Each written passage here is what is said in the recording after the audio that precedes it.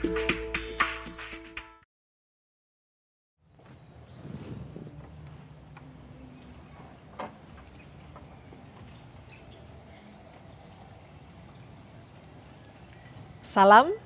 saya Yayi Suryo Prabandari dari Quid Tobacco Indonesia, Fakultas Kedokteran Universitas Gadjah Mada.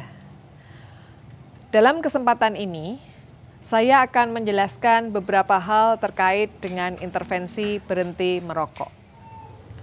Berhenti merokok merupakan intervensi perilaku penting yang dapat dilakukan oleh seorang dokter dalam praktek mereka.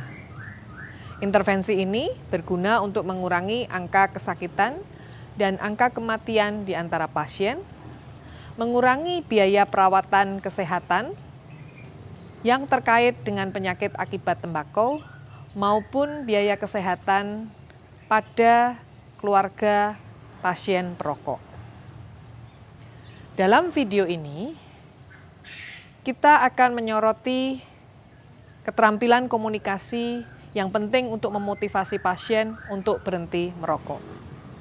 Pasien perlu ditanya apakah mereka merokok dan perlu dinasehati agar mereka berhenti merokok.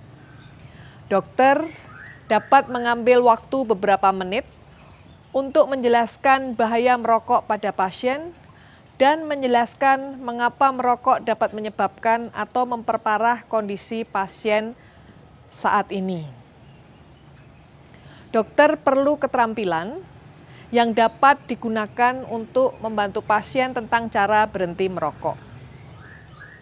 Pasien juga perlu belajar tentang bagaimana rokok itu mempengaruhi kesehatannya dan bagaimana rokok mempunyai akibat berbagai masalah kesehatan selain kanker paru.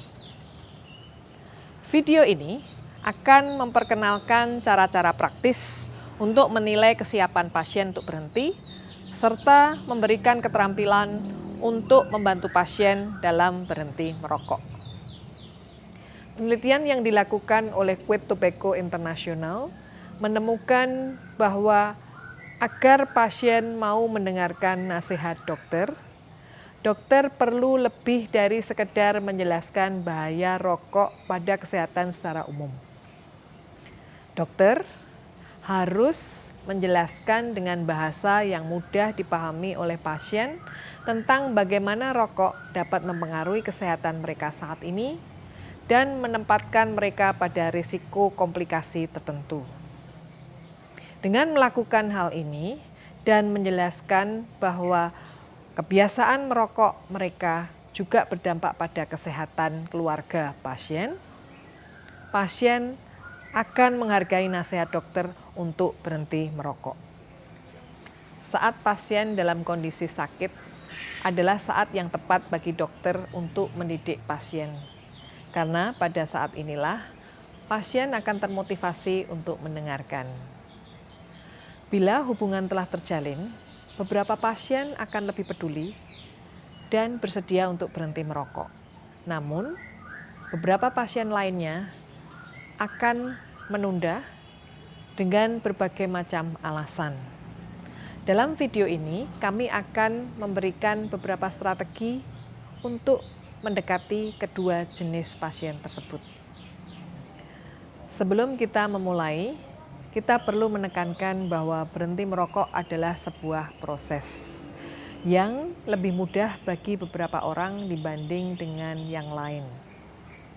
Pekerjaan Anda sebagai seorang klinisi adalah memberikan nasihat sesuai dengan kondisi kesehatan pasien, sesuai dengan tahapan kesiapan untuk berhenti merokok, kemudian mengidentifikasi tantangan-tantangan untuk berhenti merokok, dan membantu mengatasi tantangan tersebut dengan nasihat praktis.